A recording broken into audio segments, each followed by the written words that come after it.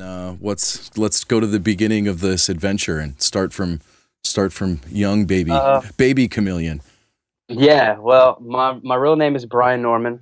Um, I have a few other alter egos and production monikers that I go by. A few other side projects that I work with some other artists on. But Baby Kameleon started when I was about 14, and I started collecting vinyl records.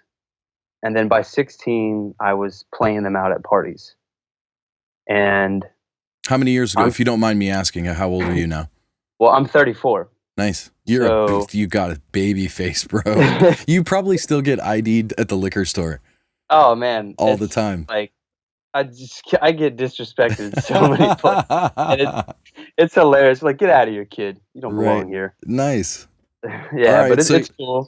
So 14 years old, you're picking up already crate digging, and at 16, you're black X'd at the club playing tunes. That's exactly what it was.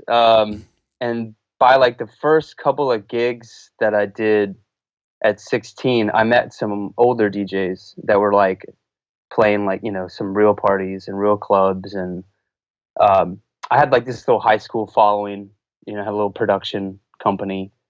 But when I teamed up with these guys, like they started putting me on at bigger venues. And that's when I turned it into a real production company. So by 17, I had my first LLC and a production company, and I was throwing parties, I was flying DJs in, and I was trying to like study for finals. Ouch. And shit like that. Where was this? This at this point in time, my high school year, what was it, junior, senior year, was in Mississippi. It was in South Mississippi, Biloxi, Bay St. Louis area, which is about 45 minutes outside of New Orleans. Mm-hmm. And I was living there at the time, and there was nothing to do. So you had to be like really creative and like create your own experiences. And like a lot of the kids that I met there and I was mingling with, they had no idea what this music or DJ stuff was at all. Mm-hmm. So I was just kind of like a big fish in a small pond. Right. And so I would just throw parties, and I'd have projectors and lights and fog machines and kegs and all that stuff. And were they like underground parties, like map point, call this phone number? And everything was like printed flyer with like very vague information. Whoever was intercepting the people that were coming through, we had a party hotline. We'd always have like a designated phone for it.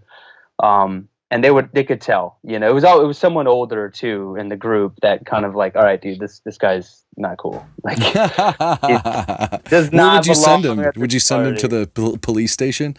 They would just be stuck at like a gas station somewhere. Like, it was just, and back then, there's no, GPS. There's none of that. You can't track. You can't get on social media. Let me find out where he is. Where did he check in? No, there wasn't that. So good luck.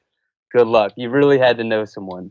Right. And so that really kind of like, introduced me to the business side of DJing. And I was a little bit of everything. I was the graphic designer making the flyers. I was the promoter. I was the MC. I was the DJ. But the DJ thing, I was actually getting better and better at. And, I continued to pursue DJing after high school. Were you often playing these parties? So you'd also throw it, and then you'd give yourself prime slottage and whatnot? Well, I mean, it was by default. It was like all my other friends were pretty green. They had no idea. I was just showing them, how to do it. And I was like, hey, just play. I need you to play from like 10 to 12. I got to handle this problem at the door real quick. Let me go do this. And so my friend would be up there and, just confused, like trying to figure. And then he eventually became a DJ, and he's still doing it to this day. Nice. So yeah, it just kind of like was this, evolution, and it was really exciting time, but it definitely turned me on to music even more, especially the DJ side of it. And that's when after high school, I moved to New Orleans to go to school. Right. I'd skip class and go DJ at the House of Blues at night. Nice. And that later led to a lot of great relationships with a lot of great DJs, a lot of great sponsors, a lot of big brands. And that was it. It was like all downhill from there. And then being a DJ and playing on vinyl at that time, that's what helped with production was like to find a record, you had to learn everything about that song, like who produced it, what label it was produced, recorded on, what what record shops are putting them out, what clubs are playing. I mean, you learn everything about the song before you even get it. It wasn't quickly digested like music is today. Right. So years and years of collecting and cataloging records, like my brain has just become this huge database of like sounds and styles, and that really like threw gas on the fire when I got into a recording studio. And when I started actually producing music, it just came that easy for me. What pushed you through the door of production? I got to a point where I was tired of playing other people's music, and that's my excuse. I say that all the time. That's exactly what you get sick of playing, and then it's just one song. And wow, how cool can I mix this song into someone else's song? Right. Yeah, that was kind of like, what's next? Like what's higher than that? And like being a producer, I knew that at some point in my life I didn't want to be in nightclubs all the time. Right. I love the actual energy of the moment. But like when the lights come on and there's like cigarette butts and puke and I'm just like, man, I'm tired of this. Right. So okay, my computer just told me what time it was. So at that point I was like, I don't want to I don't want to really be in this environment as much unless I'm getting paid to do it.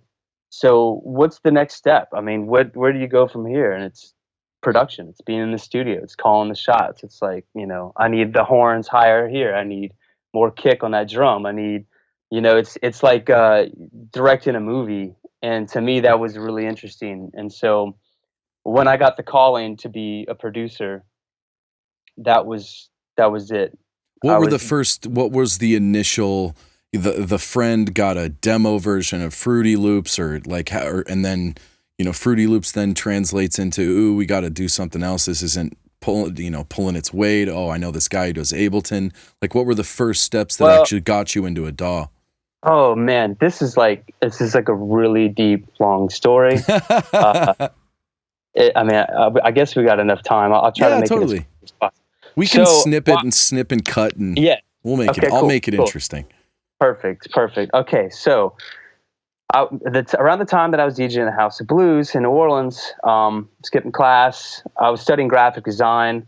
I was DJing in the House of Blues, and I was designing the flyers for the nights that I was DJing at the House of Blues, which I was getting paid for that, which was then paying for my tuition at school, and it like was this crazy cycle. And then all of a sudden, a hurricane came.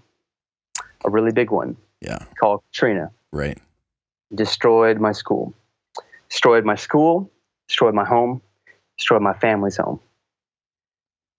Wow. I was kind of like, well, what am I going to do now? I don't really come from a lot of money. All my records were gone.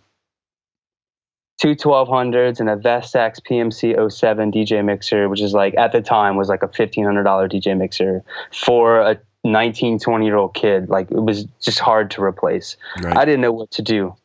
So a friend told me about a career working offshore in oil and how you could make a lot of money pretty quick without a college education. And my plan was to go and do that and then pay for my school and get back in school and finish all that and get right back into DJing. That wasn't the case. I ended up being on the river, so to speak, is what they called it, for close to 4 to 5 years. Wow. During that time, I was limited to a lot of communication. I had no internet, poor cell phone service. It's life at sea, pretty much. Is this like on an oil rig or on an oil derrick out in the middle of the ocean, or? This is actually on what they call a tow vessel. These are boats designed to push large barges full of dangerous liquid chemicals in high volume between the ships, the rigs, and the refineries. My job was to actually move these chemicals and connect the huge hoses. And right. It required, it was way more than just walking into it. It was like you had to get all these licenses and all these Coast Guard certification, yada, yada, yada. Dangerous job, made a lot of money. I could get all the toys that I wanted very quickly. Cool. So I get my life back. And you survived. Oh, I did. So during that, back to the DAW topic, the last thing that I had to my name was a 12-inch power book from Apple, like the earliest ones. Right. It's like an inch thick, weighed like 20 pounds. And all I had was GarageBand. And it's the typical story, the GarageBand starting point. It was right there. I mean, I wanted FL Studio. I wanted Acid. I wanted those programs because I saw what Danger Mouse was doing, and he was like mashing the Beatles with Jay-Z. He took the Beatles White Album, Jay-Z's Black Album, and he made the Gray Album, and that was just like genius. Right. And I was like, I want to do that, and I couldn't get any of these programs on this laptop. One, I didn't have the money at the time because I just started with this company, and two, it was just impossible to get any kind of internet support to download and do things like that. So all I had was GarageBand, my limited iTunes library, very little drum kits, synthesizers, anything like that. It was purely sampling, creating loops and chopping and mashing and EQing, like, the sub kick from another song and then adding the top kick from another, and just blend. I just learned it all by myself. This is like before YouTube. This is before the vast, library of tutorials that you could go through on the internet. No, there wasn't any information other than one book that I found that really covered more. It actually didn't even cover GarageBand. It covered Pro Tools, Logic, Reason, Logic, early editions. I'm talking like, I think it was Live 3 they were covering. Yeah, it was that old. And like, I'm like, GarageBand, there's no GarageBand. I don't know what I'm going to do. But I kept reading the book, and I understood like the language, I learned the basics of importing and exporting. I learned, bit rate. I learned all the basic fundamentals of like, mixing and exporting music and finishing it. And that book definitely helped. And so I made a bunch of remixes that gained the attention of a bunch of New Orleans DJs back home. Enough for me to land an agency deal that'll match my salary at the company, from the company that I was already working at, to be a working DJ 5 nights a week in New Orleans. So I was like, okay, cool, man. I'm out. So it paid off. So that time, all that time and energy paid off. And the first thing I bought with that money was Ableton Live. Nice. Why did you pick Ableton Live? At the time, everyone that I had spoke to, I was going to Winter Music, I was going to, back when it was like Winter Music Conference, when there was actually a conference. Yeah. And there was like forums, and like DJs would like sit there and like, pour their heart out about their business. And master classes and whatnot. It was DJ Summer Camp. It was amazing. And everyone was Ableton. This program is amazing. You could DJ with it.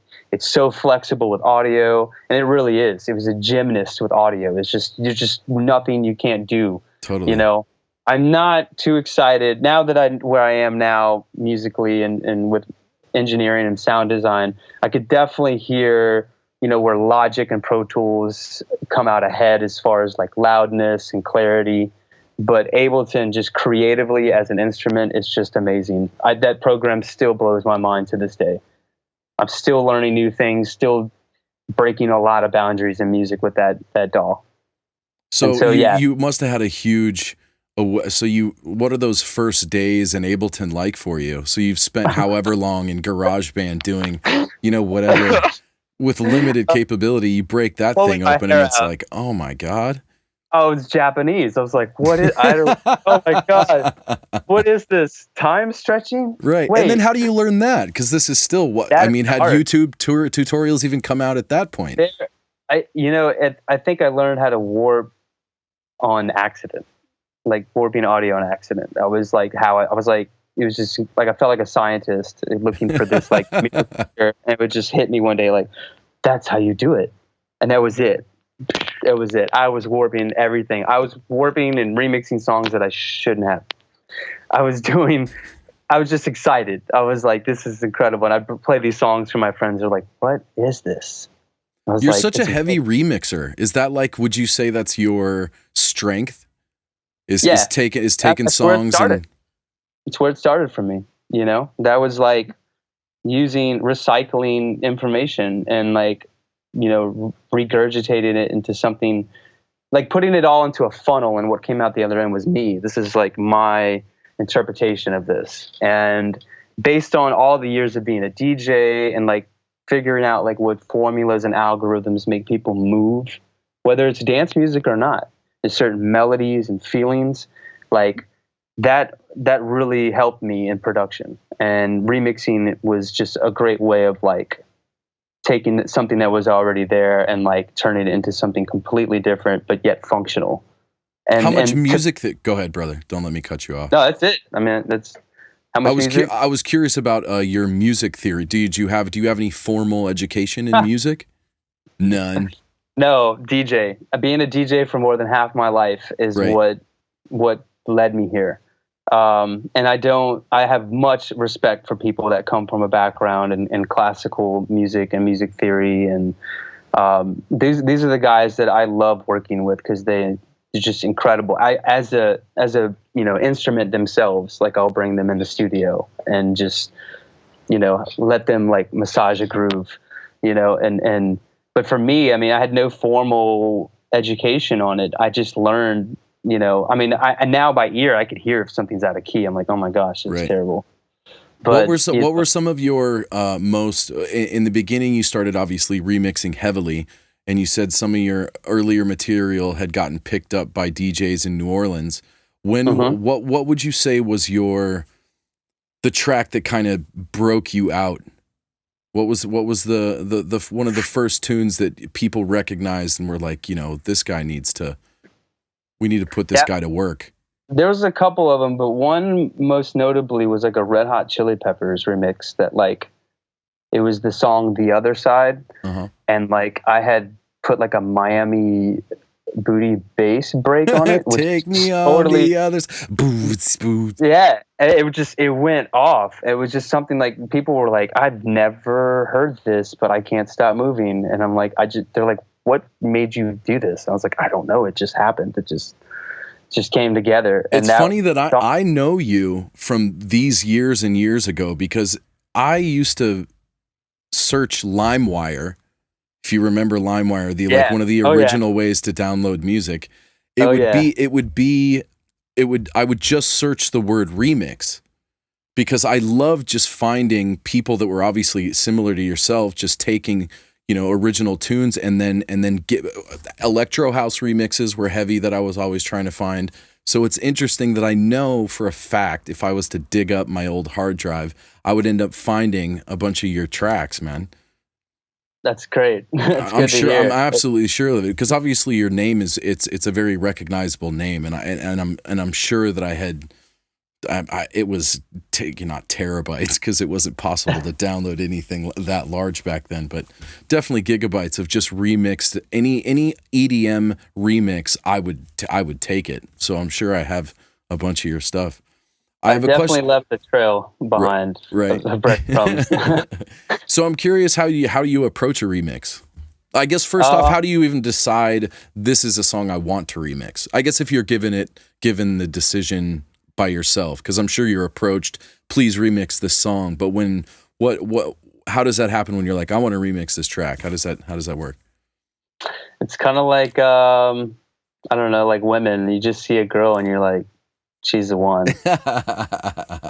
And then you see another girl, man, that girl's hot. I'm like, no, not so much. That girl. And that's kind of how music was for me. It's just I'd hear a sound, I'd hear a drum, and I'm like, man. And then my brain would just keep going, like, wow, I could flip this like 20 different ways. Do you have a process? Do you have like a systematic process, or is it vary from track to track? Time. It is different every time. It's like a cook. I never cook the same thing once. Like I always have like a different way to do it. Do you do that on purpose?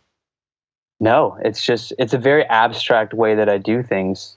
Would you say it's the different element within the song that catches your attention? So if it's a bass line, you then go the bass line cook route, and then if it's like the drum pattern, you go the drum pattern melody. Yeah, vocal. it's whatever stands out the most. I start to build around that. You know, it could be around the vocal, it could be around the instrumental. You know, I just look for really sounds that just really stick out. You know, and that where I could flip it from there. You know, and I'm a big fan of, you know, less is more. I like minimal sounds to work with. You know, I like a lot of space and clarity, and then add, you know, fill in the blanks with that. And that's kind of like I'm curious for people who want to, people who like remixing, how do you deal with, because this is a question that I actually have, when you have maybe not necessarily the highest quality, maybe you have an MP3 kind of squashy, not the best audio quality, but you love particular, or you're even say you're sampling vinyl. Does the quality of the audio affect, you know, the process for you? You know, are you frustrated in the sense where you're like, gosh, I wish this whatever portion of this track just was in better quality? That's, you know, unfortunately, that is a problem. That's a deal breaker, you know, in a song. I think I try to do as much as I can to synthesize and recreate what was lost. Right. So if there's just like a lot of lost, you know, low end between like 40 hertz to 70 hertz, I'll go in and like I'll cut that and then I'll bring in, and then it's like, wow, you just breathe life into the. It doesn't always work that way, right? But yeah, I mean, like I'll just go and layer instruments and sounds and get them as close as I can to eventually you don't even hear the original anymore and it just becomes a cover, you know, and not even a remix at that point. So I've done that before. And yeah, I mean, it's, you know, just, it's information. It's just like, what is all that the DNA in the record is there? How can you recreate it? You know, and there's times that I've had to hand it back to the artist. I'm like, this is garbage. And like, I know that you have access to better stems and an engineer. You're just being lazy. Go get it, please. And if they want it, they work it out, right? Yeah. Yeah. If they really want it. If not, I guess they don't really want it, you know? And that's just like from doing this for so long, like, I guess my patience gets a little thin with these artists that are just kind of, you know, I don't know. Some of them they just want the attention. They don't really want to work. We want you to name names just for TMZ's sake. No, I can't do that. So I'm curious, how much actual time do you get to spend on your own art, you know, your own tunes, your own remixes, as opposed to how much, because you obviously have to pay the bills. How often are you then having to cater to artists who want, you know, this remix? Like how do you delegate what time, if you're even able to at this point? Yeah. Well, I'd say it's about 50-50. Because if I just kept doing things that I didn't like, I'd be miserable. And at some point, and I'd hate it. At some point, I've got to do what I like, what inspires me. Because if I take a break on a record, you know, that's a paying gig, and I go into my own project, I might find a drum or a synth that could really work out for the previous project that I was working on. Right. You know, it's all exploration for me. Like I find inspiration in everything. And a lot of times when I'm not forced in a box, it's when I get the most out of a song it's purely abstract, just letting it happen. You know, the best songs happen by accident. The best stuff, the best work I've ever made has happened on accident, was not forced. Happy accidents. Yeah. So do you ever create original music that doesn't include sampling and or remixing of a previously existing song? Yeah, I work with a lot of other songwriters, and we definitely produce original works. We license stuff for commercial and film, video games, things like that. But for me, sampling, even if it's something that I've created originally, I'll go and like add dust and dirt to it and then resample it and put it back into my song. And that's kind of like my thing. That's where I came from. You know, it's my signature. Even if if it's original, I want it to even sound sampled, you know, like I like that. That's a part of who I am. So giving it the grit as if it even came off some vinyl when it originally didn't. Yeah.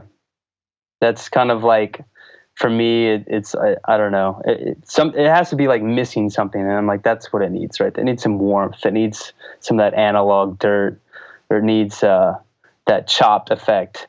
You know, that's kind of like the old, MPC days. I've never actually owned an MPC. I've used it a few times, but it's something about that era of music, that golden era of hip hop and Miami bass and techno and house, like that just, I don't know, it hits a spot for me. I've seen some of the photos that you've posted, and it seems like you have MPC looking gear. Is that like are those machines? No, it's the Akai MPD 26. So it just kind of has the layout of an MPC. Yeah, it's incredible. I use it. It's just a multi-purpose tool. I even DJ with it. Really? Yeah, it's incredible. It's like a hack, pretty much. I discovered that by accident DJing with it. But for production, I could with Ableton and a drum rack, I can just load all kinds of different sounds and just come up with random patterns and sequences. And is that one of your ways of laying down drum patterns? Is live recording beep beep beep click and then just dropping them in there? Absolutely. Nice. Absolutely. Yeah, because sometimes doing it linear, in the arrangement view, I just get stuck, and it's just unhuman to me, and I've got to go. So you rock session view for a while, getting a bunch of loops and whatnot together. I love session review. It's so much fun, but there's some things that I can do in arrangement view better than I can in session view. Right. And vice versa. Would you say that your live shows have transitioned from the standard? Actually, obviously, you're starting out with your stacks of vinyl and the case and whatnot, and then you probably got to what was Serato or probably Tractor or something. Serato. Are you now transitioning from that style of DJing, and now you're saying you're using an Akai MPC type? Like, are you morphing into a different style of DJing now? No, actually, recently I've kind of dipped back into playing on Serato records, vinyl records, nice. Just for pure personal amusement, nostalgic fun purposes. Yeah, it's just fun. I mean, even when I play on turntables live, I feel like I'm doing an acoustic set. It's just so real. Unplugged. It's so right. Kid right. Chameleon unplugged. But the MPD is for more quantized music, a lot like more on the house, Jersey club, some trap. But like when it comes to hip hop, I definitely like to be really hands-on with like control vinyl, because the direction of the night can go in anywhere, and like having that ability and flexibility to DJ with and not being stuck to a grid, right? Is just really it's more practical. But the MPD is just very accurate. It's almost like a CDJ, and it's for triggering clips in Ableton or rocking like a synced DJ set in Serato. It's perfect. Do you use the bridge?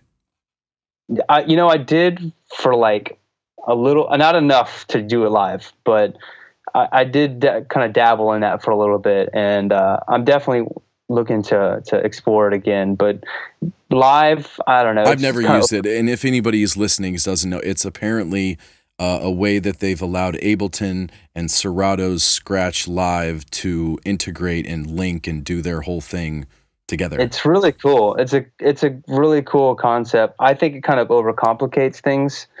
I think it's great if you're like an artist and you're playing like your entire album from beginning to end live. Right. And that's kind of the way I feel with Ableton as well.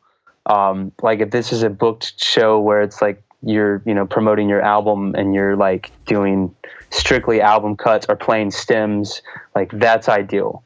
A DJ set with like multiple personalities and multiple feelings, that's where Record Box or Serato is like, that just wins. Being able to improvise and move that quick. And you definitely improvise, you would say, when you're doing DJ sets. Just every time, even when I like plan just for on your like own entertainment. I'm like, I'm playing nothing but originals tonight. I'm only doing my own productions. Every time I say that, it doesn't happen. I'm like, I'm all over the place, and I've got, it's different every time. I'll play like classic gang hip hop to like Marvin Gaye to Michael Jackson. You're probably a master at like reading the crowd at this point. So you're more or less will just cater to the vibration and the energy of the mass. Absolutely. It's definitely reading energy, and like over the years it's like a muscle that kind of develops in your brain, and it's like a sixth sense. You could feel the awkwardness in the room when you play the wrong song.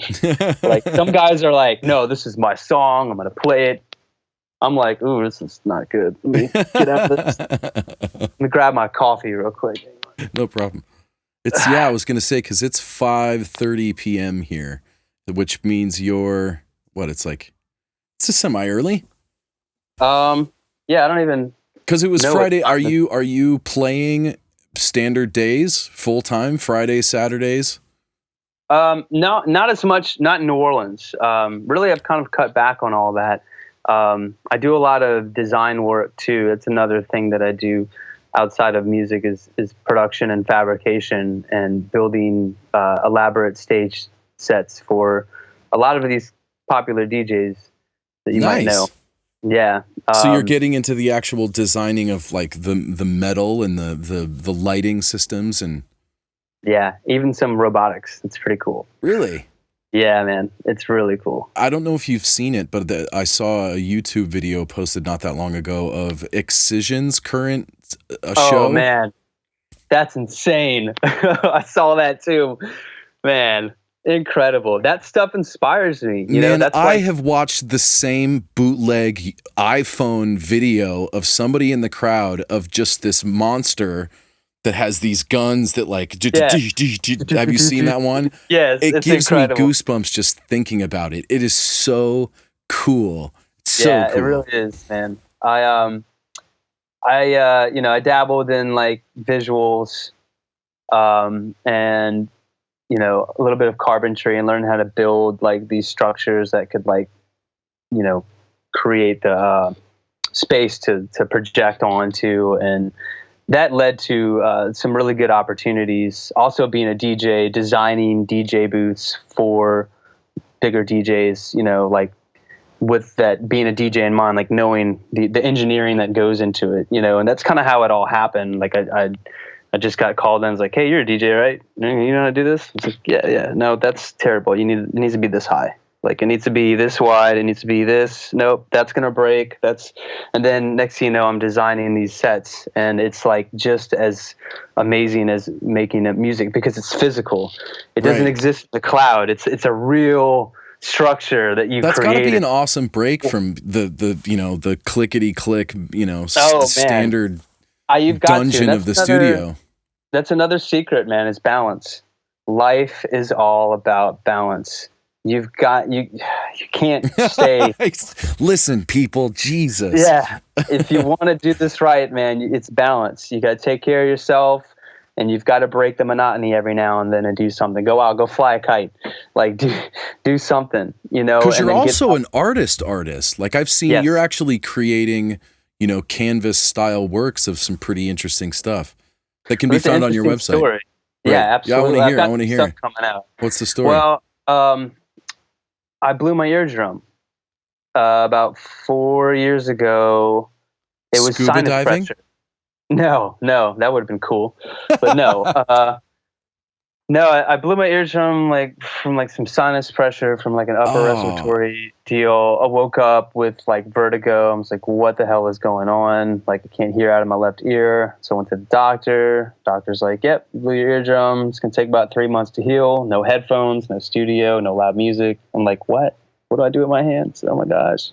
Wow. So I was like freaking out. And at the time, I was visiting family over the holidays, and my father had this amazing workshop with like tools to make tools and lumber and paints and all kinds of crazy stuff. And I walked in there, and there was just dust on everything. I was like, what can I do? I started painting, and I started making these abstract paintings, just whatever came to mind. I mean, I have a background in art and I did it a lot when I was younger. Right. But it came back like 3 times. And everything that I made within that 3 months, I sold. I sold probably for more than the price of a high-paid DJ set. I made a lot of money just messing around with art, and it's something that really just unlocked a whole new door for me. And with that, I started designing furniture, and then that started selling. You got all kinds of creativity, man. You're like Yeah, a Swiss Army knife of creativity. It's more of a curse, man. It's just like I gotta keep making things. It's not just music. When you say it's a curse, that's interesting. Do you say it's a curse because it's like not enough time in the day to get, to just release all this stuff you got pent up? Yeah. Or, that's cool, man. It's probably one of the coolest curses I've heard of. It's cool, man. I'm very proud of it. I come from a family of artists and engineers, and I definitely see where I get it from. But music is just kind of the icing for me. Now it's like the next step for me is like, like being an actor. What's the next step? You start to direct, and like for me, I wanted to produce these big shows, these big. Is that the next step for Kid Kamillion? Are you going to step out of the studio more and be part of recreating? Are you going to be Dead Mouse's guy? Are you going to be? I don't know. I'm saying that now, but I mean, tomorrow I could start playing the flute. I don't know. You can't really just say that. I want to learn how to marionette. I think being a skilled marionette guy would be pretty cool. I mean, you never know. You don't know where things can take you, but music has taken me very far. It's, being a DJ and producer has given me all the connections and all the validation that I need to do, cool things. I believe that everyone has the capacity to do this. You just have to unlock it. And sometimes there are things in life that could be, negative or traumatic that actually can trigger something positive from this, like being confined to a boat for months at a time with no communication, but just GarageBand. Or having a natural disaster completely destroy your entire city. Correct. Yeah. But, wherever there's something bad, there's always something good. And if it doesn't kill you, it makes you stronger. It's cheesy, but you're a perfect example of how that's so true. Man. If it wasn't for Katrina, we wouldn't be having this conversation at all. Like I wouldn't have had that time and money to invest into music. I don't know what I would be doing. I'd probably be wearing khakis selling car insurance. I don't know. Not that there's anything wrong with that. And not that you wouldn't be really good at it too. But So I'm curious where Kid Kamillion is. You said tomorrow you could be playing the flute, but are you one of those guys that sets kind of 1 year, 2 year, 5 year, 6 months, next week goals? You have 5 year goals? 5 year, 5-10 year increments is how things work. Would you clue us into where you see yourself in 5 years? Is that like telling somebody what you just wished when you blew out the birthday candles, that it just doesn't happen at that point? It kind of is. I'll tell you what direction. Yeah. But what it is, it's definitely production. It's producing things. Right. I'd love to produce film. Scoring films. Yeah, that's something that I've always wanted to do. Have you ever done any films? No, not yet. Have you ever? Yet. It's an interesting story that Mr. Bill, I had interviewed him, and he just scored a movie for a Nicolas Cage movie, and I was curious for a person that sits down and writes 2 minute 30-second songs to the longest heavy tracks I think I ever hear. 4 minutes, 5 minutes? How do you see yourself sitting down and scoring an entire movie? It has to be a completely different skill set. It's all feeling, it's all visual. It's kind of like when you see something, at least for me, like I can hear what that feeling is. And it could just be one key on a Moog, like whom. It's a dark alley in New York, whum, you know, and like it's just creepy leather jacket, fingerless gloves kind of scene, you know, like everything's very visual for me, you know, and that's helped me a lot in production. I'd say for scoring movies, that's something that I could really do. But once again, you know, being pushed into a box, it's like, here's a movie about girls' little league soccer. We need you to score it. I'm like, do I have to do that one? So yeah, you know, I can't say that yet. I don't know where it's going to take me, but right now I definitely like making things. Whether it's music or art, anything that's visually stimulating or just stimulating to the senses alone, you know, that's something that virtual reality. How do you feel about that new phenomenon? I have a feeling that I'm going to have to get into that whether I like it or not, because that is going to be the next thing. Like, it's going to be virtual reality raves. Are you scared of? Are you one of those guys that's like the tinfoil hat type about it, or?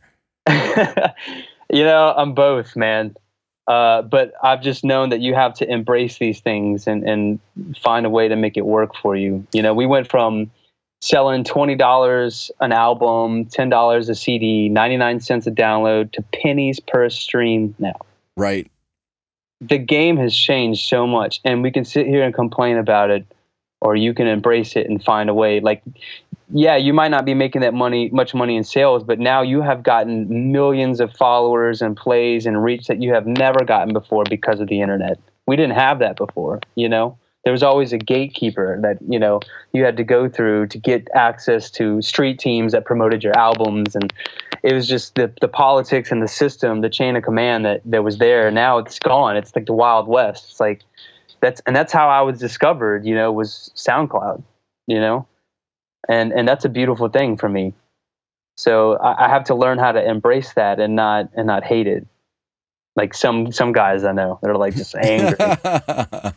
Well, then there probably might. It's like a money motivation. It seems like you seem like the type of person that if you have the financial capability to just not have to score a 9 to 5, then you're good. Like if you can maintain the freedom to be creative and, you know, hit up a beat, you know, do some traveling and get here and there, but you're not looking to be a billionaire, I'm sure. You know what I mean? You just want the freedom to do what you want to do.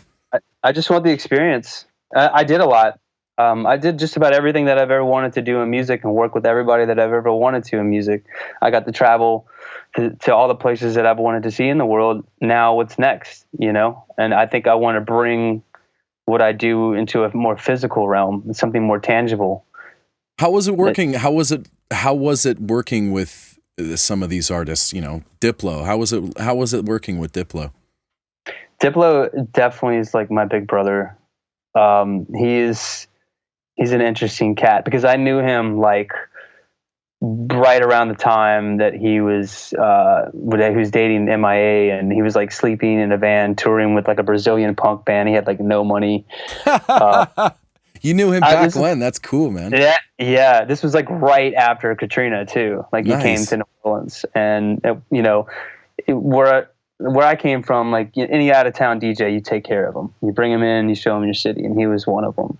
And you know, hella chill. I knew him from when he was doing that to like, you know, eating steak dinners with him at, you know, 5-star restaurants in Miami. And like, I'm so proud of him. You know, I know a lot of people have their opinions, but I know him pretty well. And like, he's cool. It was fun working with him. We have similar taste. He's still like an old school record digger. You know, but he's definitely like, I don't know. He's like Santa. He's got all these little elves in the studio chipping away at making different sounds and then we put it all together in one room, and it's a crazy experience. And I met a lot of really interesting people through Diplo. Right. For sure.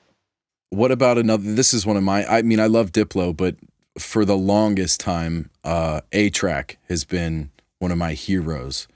So man, how is it working with that guy? That's pretty surreal, actually, how that relationship happened too. Because I remixed, a remix that he did, Right, the and Yayas. it just went viral. At the same Such a time, cool tune, man. it was fun, man. I mean, everything was there. Like, it was just all the great sounds were there. It was very easy to put it together. It's just how you do it, and the way that I did it was just from years and years of DJing and failing on dance floors as a DJ, knowing what works and what didn't. And in the South, everything is slow and low. So like the tempo is slow and the bass is low. Mm-hmm. And like, that was like trap before trap was a thing. Like, we were already like trapping out like Avicii, because people just in New Orleans just didn't understand house and dance music, and they were like, what is this? And then you slow it down and like, yeah, okay. I like that. I like that. And so I had this whole arsenal. Because that track's like what? That's like 4 or 5 years old at this point, isn't it? Yeah. You could almost say that's before trap even really, really got heavy, because it's only been in the last couple that it's really ridiculous. It's everywhere right now. at the cusp that the doors just opened to this new genre, this new hashtag. It was like right there at the right time. And you I was posted this on SoundCloud, and he hollers at you, or? I posted on SoundCloud, and I don't know how he got a hold of it. It just like within 24 hours, like all like my media fire shut down, max downloads. I'm getting cease and desist orders. My friends are like, yo, A-Trak just posted your song, man. I'm like, what? It was like winning the lottery, like with no money. That is so cool. Everything changed, but I strategically did it. Don't get me wrong. Like, I knew what I was doing. I knew everything was ready. I knew this was coming, and I had everything placed. It's all about the routing and being there. It's catching a wave. It's no different than surfing. It's just knowing the timing and the intervals and when it's going to hit. And that's how it happened. But what was crazy, when that happened, and it went viral, that was Kid Kamillion now.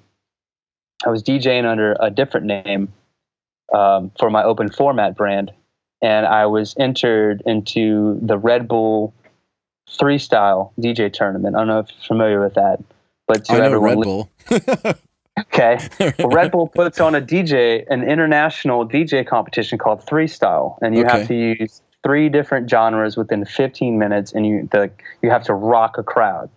Like, you've just got to like totally blow the roof off, and you have to just be really versatile about it. Well, I wasn't interested, because at that time, the time that they presented me with this competition, I already booked I was headlining my first show in London under Kid Kamillion. So I'm like, I don't need that. And then like Red Bull was like, you have to do this. There's no one else in New Orleans. Like, you got to do this. We spent a lot of money. We need you. And I was like, okay. And the prize money was pretty good. Right. I'll say that. So I go do this competition, and guess who's judging? Your buddy A-Trak. And he didn't even know who I was, because it's under a different name. So there's no like, what's the word I'm looking for? Conflict of interest there. No one knew. It's under completely different brands. And it's pretty serendipitous, man. Yeah, it was nuts. And conveniently, every nightclub in New Orleans for that night of that competition was closed. So everyone came to the venue that I was performing. It was so packed. Everyone was in there. Every DJ, every producer, from Mannie Fresh and Cash Money to every radio DJ. and man, I tore the roof off that place. That's awesome. It was incredible. That's awesome. Did you get to rock did you rock that A-Trak tune? Yeah. That made heads explode. They were like, we just did that. The A-Trak's right there. It's like, I'm still like in shock. I'm like, what is happening? Is there footage of the performance? Yeah, you can definitely search it.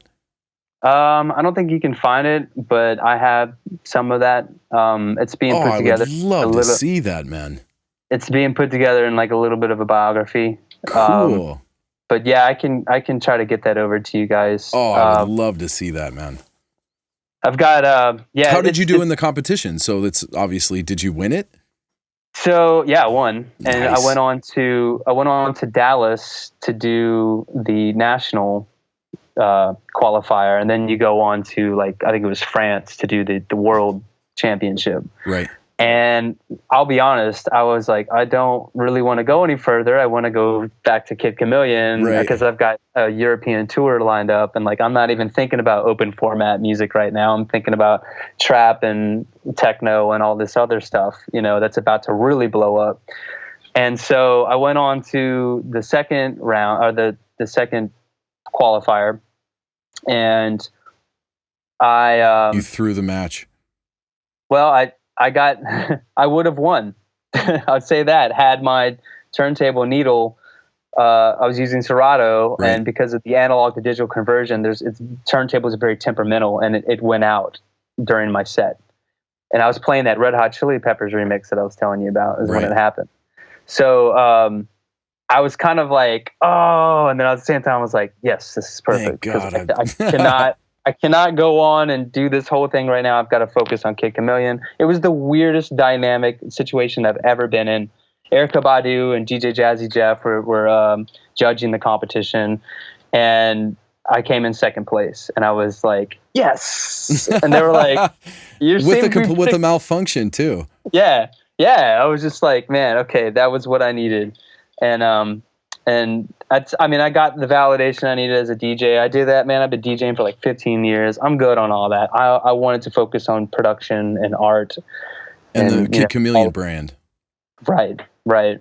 So that was like, you know, a really interesting turning point in my life. And, you know, for any other artists out there, any advice, you know, when something like that happens and you get a big break, you know, just remember who your friends are. Definitely, because people change, and a lot of people changed on me, especially around that time. And that was a really big learning experience. Really? Can you describe that for a minute? So you had your best friend, Joe Schmo, then turns into a douchebag because you won't shell out plane fare for him to partake in your... That was actually an incident. That happened. It's funny you say that. I had so-called friends adding their name to the credits of the song and sending it to notable producers and A&R guys at record labels.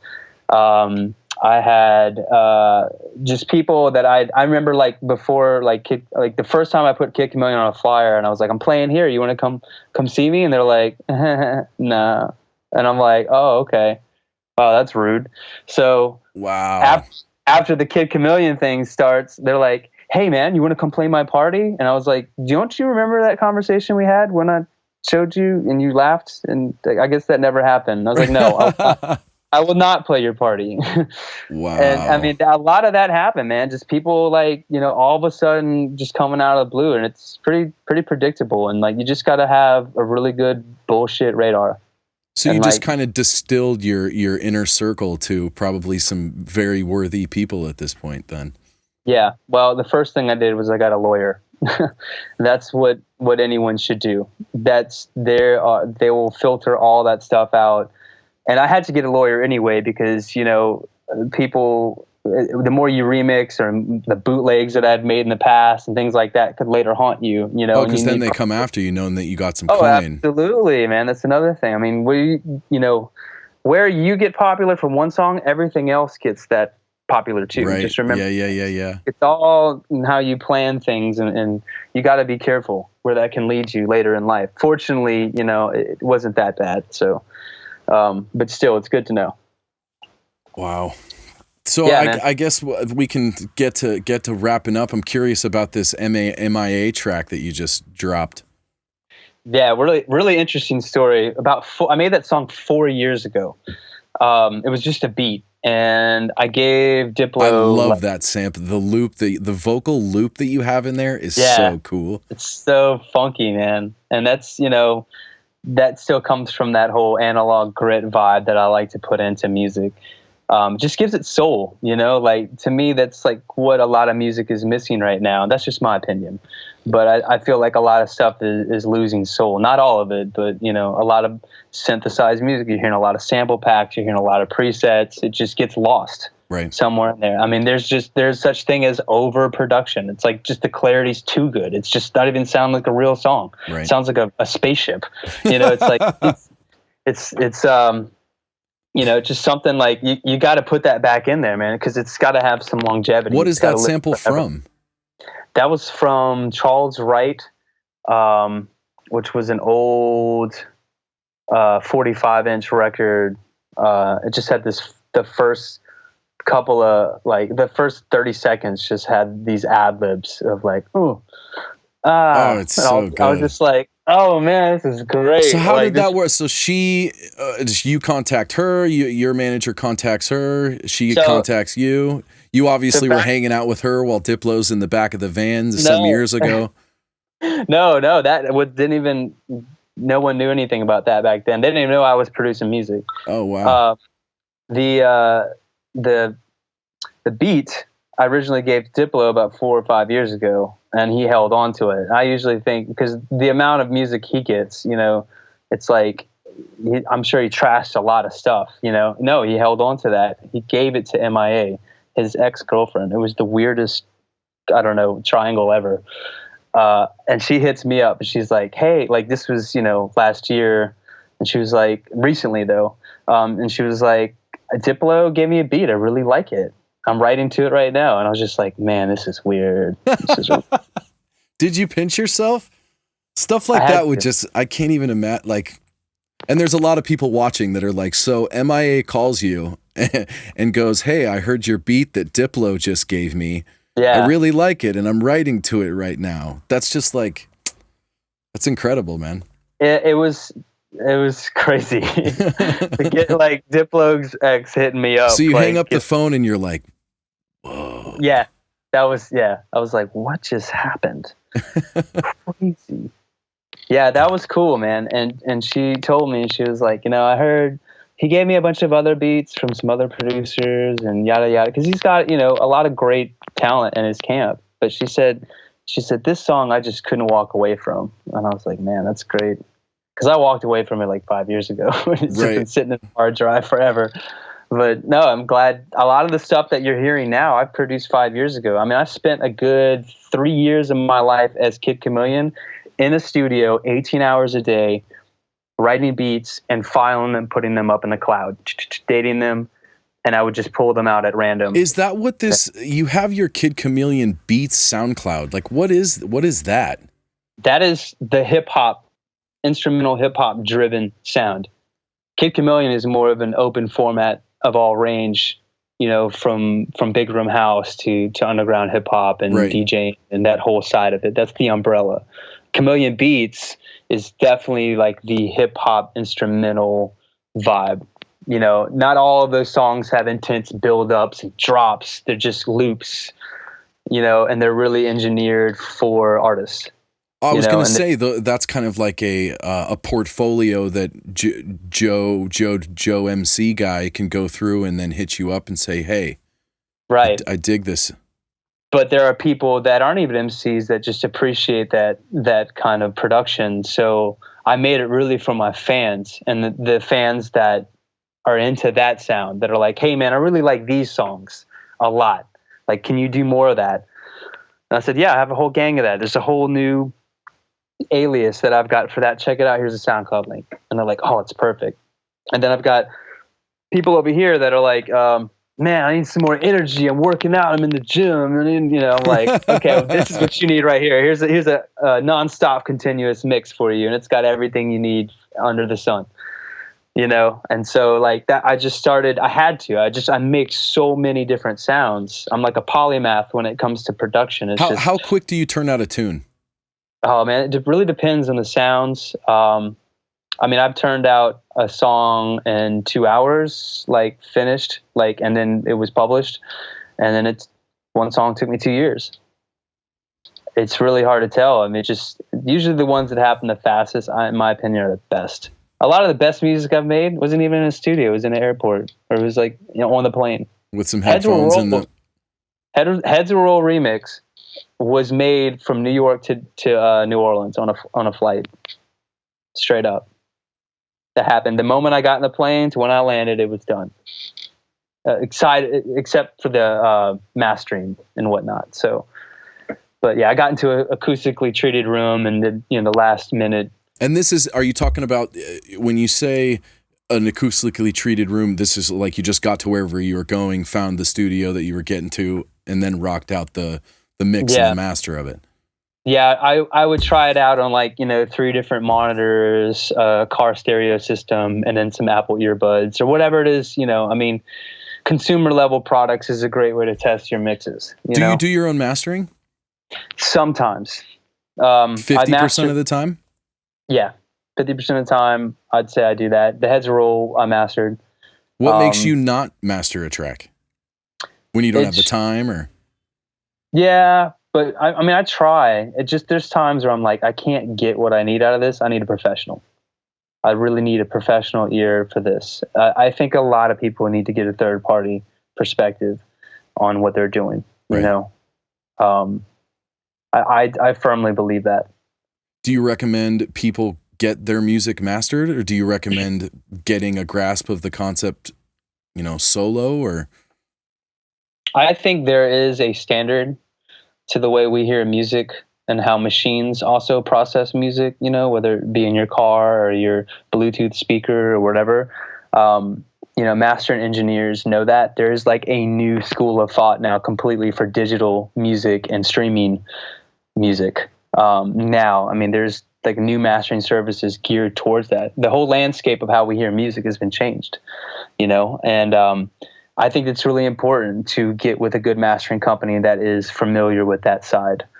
And, there's certain rules to it. I mean, I know art doesn't really have any rules, but like mathematically, there are things, with the sound spectrum, you've got to follow certain rules or else you just get complete mud coming out of your speaker.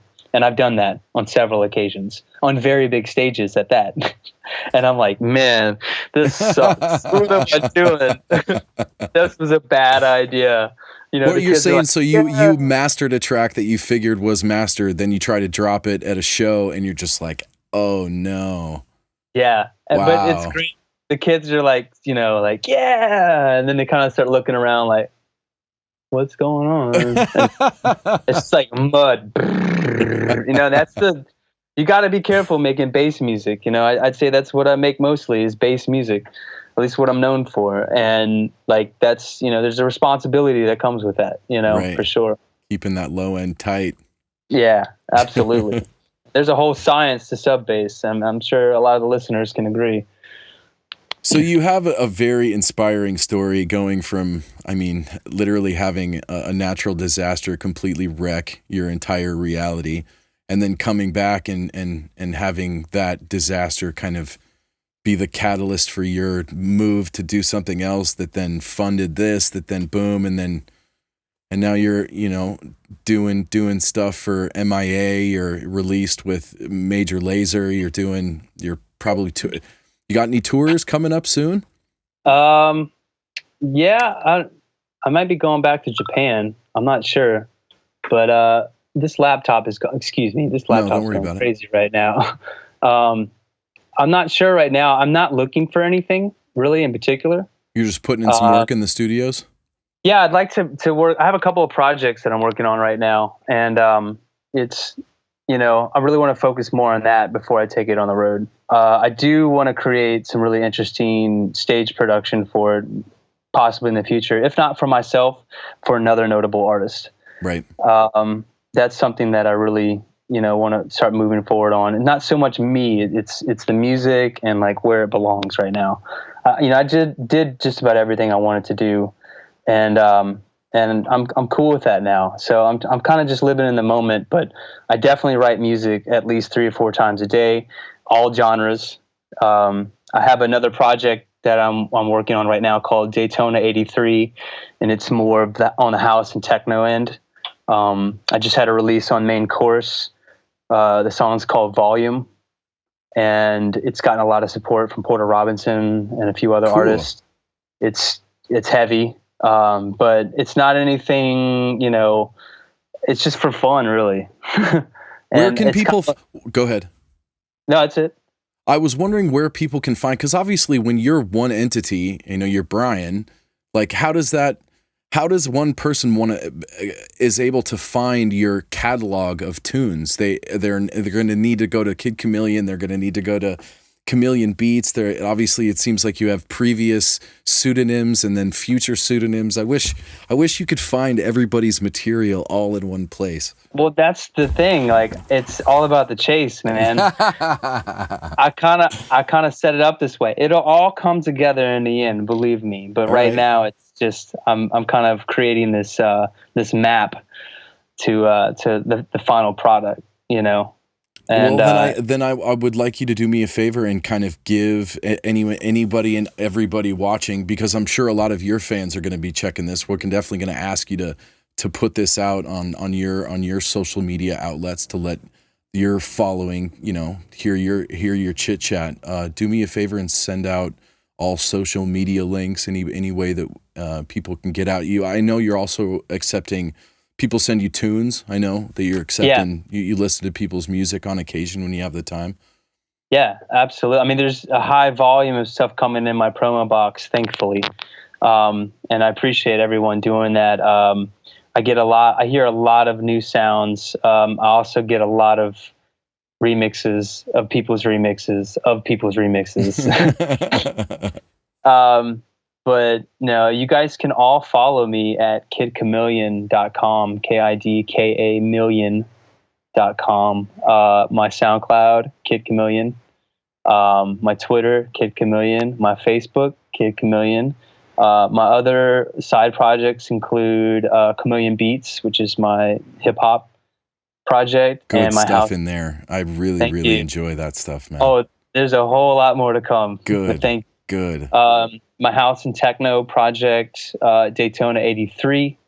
That's Daytona as in the city, and 83, the number. It's kind of like a 90s screen name. And then I have a project with Boys Noize. It's called Gold Rush. Gold Rush. We don't have the social media set up yet because we're still working on our next album, and there should be a a proper release for that. It's more heavy on the Miami bass and breakbeat end. It's all under Boys Noize Records that you could find Gold Rush and all of our singles. I have an album with Spank Rock called The Upside on Bad Blood Records. It's incredible. It's probably one of my favorite albums. And I have a whole slew of productions with other artists, which I didn't go into full detail, but the first artist to ever put me on before Diplo, A-Trak, all of that, the first Kid Kamillion production was for G-Eazy, the rapper G-Eazy, who is also from Yeah. He's big, man. And he's got all kinds of crew. He is a very hardworking, dedicated person, man. He deserves everything he's got. I know him very well. He was the first guy who genuinely said, man, this is amazing. Like, where have you been? And everyone else, at that time would give you that like doubt about your music. Like, I don't know, man, it's kind of weird. Like you're like, check out this beat. And they're like, what is that? That's you? I see that. They wouldn't tell you. They wouldn't tell you like, oh, that's great. Good job. Like, it's like, oh yeah, I saw that, like, okay, what is that supposed to mean? Well, G-Eazy, like I sent him a beat. It was like a surf rock record that I like trapped out before there was trap, or that was a thing. And he said, man, I'm putting this on my next album. And it was called Hang 10. And that was the first validation that like set it off. That's what gave me the confidence to really ignore the haters, right? And really pursue music. And now he's like on the cover of Forbes. So I guess I was just gonna say, if you want to see some entertainment, go to G-Eazy's like just Twitter account and just look at the media stuff, the photographs of the things that he's got going. He's doing some stuff. Yeah, man. He works very hard, very hardworking guy. But yeah, there could possibly be some more work with G-Eazy in the future as well. Right. Check out my latest production for M.I.A. It's called Power, P.O.W.A. That's how I'm spelling power from now on. Yeah, because everyone's typing it in power, and they're like, I can't find it, man. I'm like, I didn't make that decision. I didn't know that's how you spelled it, but that's how that's how you spell it from now on. The video is insane. It's so. I was going to ask you about that. Did you have any part in that, or is that just her? Is that just her That's mind? her. She has got her. I don't even know how to describe it. It's so out there. She's super artist. Like she is. I think on the visual end, she is just way more advanced than actually her music. Now, after seeing this music video, she directed that herself. Wow. She did it in 2 weeks. She said, I got the beat. I just finished writing to it. I'm releasing the video in 2 weeks. And I was just like, whoa. It's incredible. That was the fastest anything had ever gotten turned out, you know? And she did it independently. So I believe that's, you know, why it got turned out so quickly. You know, there's so much protocol and red tape that goes through releasing with a label. It takes years. But for her, like, she did it that quick. So, yeah. Well, it's been an amazing conversation with you, brother. I can't tell you how much I appreciate it. And I know for a fact that everybody watching is pretty blown away with your story thus far. And super excited to see what you have in the works, because you only look 17. So it seems like seems like you'll have decades and decades of entertainment. And definitely check out his website, because he posts images of the artwork that he's done, and there's some really entertaining pieces that he's putting out too. And you said there was going to be more of that to come also. Oh, absolutely. That kind of is going to tie in with the music. And I don't want to talk too much about it. I'm more of a doer than a sayer, but at some point I'll be integrating that with my shows or for other artists that I produce. So it'll be a stay tuned on that note. And I'm going to personally request this Dead Kennedys Kid Kamillion logo remix, because it is such a cool. And I noticed the shop is shut down. I don't know what you got going on. Some stuff needs to be worked out. Housekeeping. Yeah, doing the housekeeping right now. Well, keep me posted. The sooner I can get one of these Dead Kennedys Kid Kamillion shirts. It's so cool. Thank you, man. I got a lot more of that stuff coming too. So absolutely noted. All right, well, that's Robert. Enough for me and Kid Kamillion, Bryan. It's been great. All right, guys. Thank you. I appreciate it. Talk to you soon.